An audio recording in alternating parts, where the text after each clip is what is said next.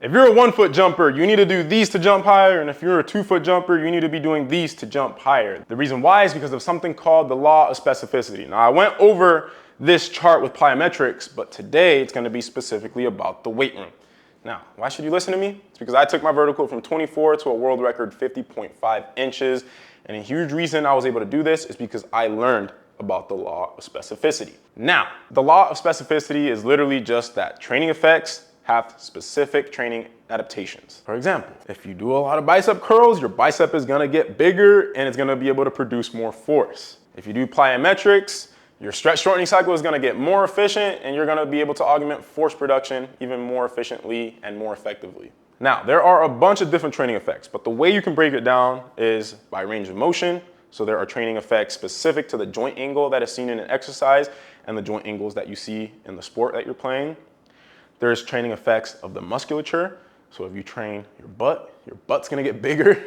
If you train an exercise that focuses on the quads, your quads are gonna get better at force production. There are specific training effects as far as the ground contact times.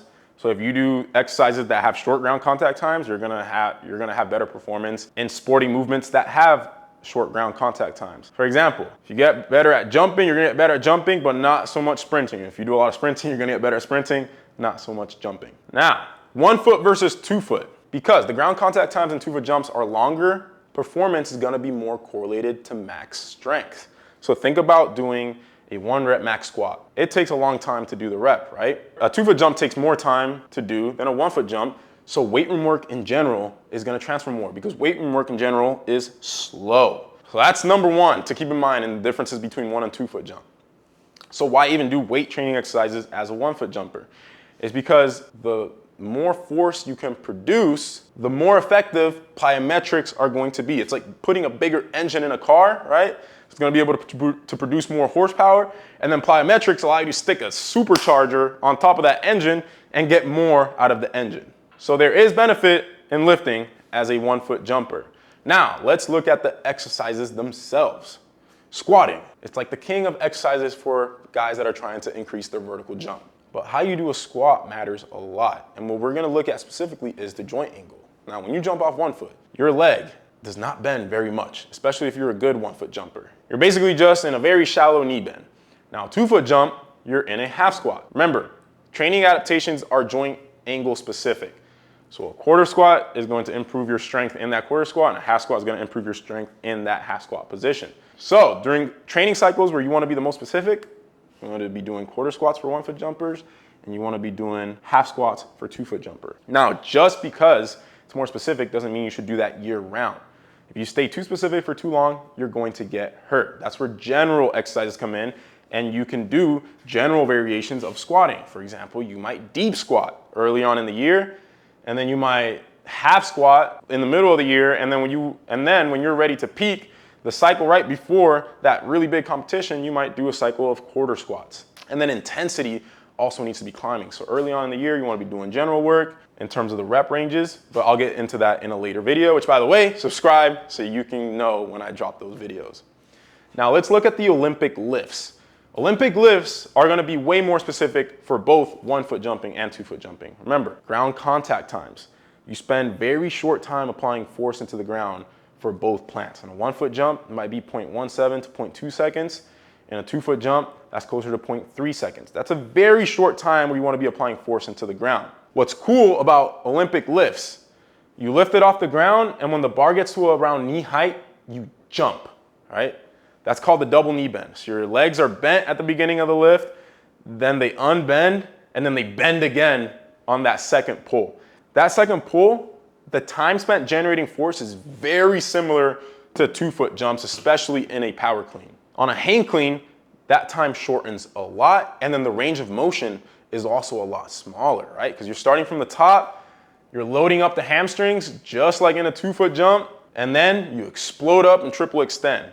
In a power clean, you start almost in a half squat position. Your legs are at 90 degrees, and that mimics the penultimate step, and then the double knee bend mimics you jumping, and then the third aspect of cleans is the catch. So you get a lot of eccentric loading on the catch that mimics the jumps. Now, as you see here, I have 3 of the same exercises on both. These stars just explain what's more specific. So an RDL is going to help both plants, but it's going to be more specific to 1 foot jumping because you use your posterior chain way more in a 1 foot jump than you do a 2 foot jump. Your posterior chain is your hamstrings and your glutes. RDL specifically work the hamstrings, and the hamstrings are way more active in a 1 foot jump compared to a 2 foot jump. In a 2 foot jump, you get way more quad loading, which is actually why squatting in general is more specific for 2 foot jumping. Now, hip thrust. You can see here that I have a star on the hip thrust. There's a book called The Science and Practice of Strength Training by Zatsiorsky. And something that I like in there is to know what muscles are used in whatever movement you're trying to do. Do something that's novel, right? So don't work out for a while and then go do the event. So let's say it's dunking, 2 foot jumping. Now, when I haven't dunked for a while, let's say I normally dunk for an hour and then I go have a 3 or 4 hour dunk session, the muscles that are gonna be most sore, and mind you, I'm a left-right plant, it's gonna be my left leg, my left glute, and my traps. Guess what muscle hip thrusts work? Your glutes. The glutes are also used a lot in the penultimate step on a 2 foot jump. And they're activated to a greater degree than they are in a 1 foot jump. Having said that, remember, 1 foot jumps also use the posterior chain a lot. So how you can make the hip thrust more specific is actually to shift your heels farther away from your center of mass on the hip thrust. That's gonna load up the hamstrings even more, and it's actually gonna be really specific for 1 foot jumping. So how you even do an exercise might change it, right?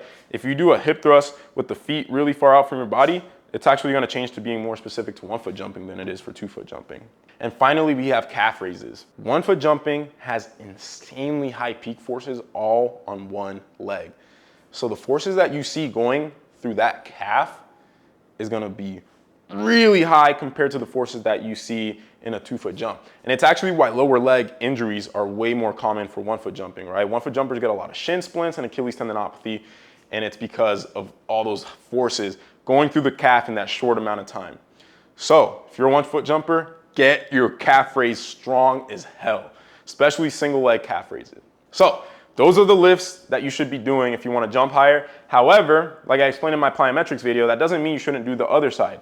The other side is general for this side. What you want to do is the general work early on so that it increases your work capacity to do the more specific stuff later on in the year, get more out of it, and not get hurt. Now, if you want us to apply these principles to your training, go to THPstrength.com to sign up for my coaching and use the code THP for 10% off of your first month.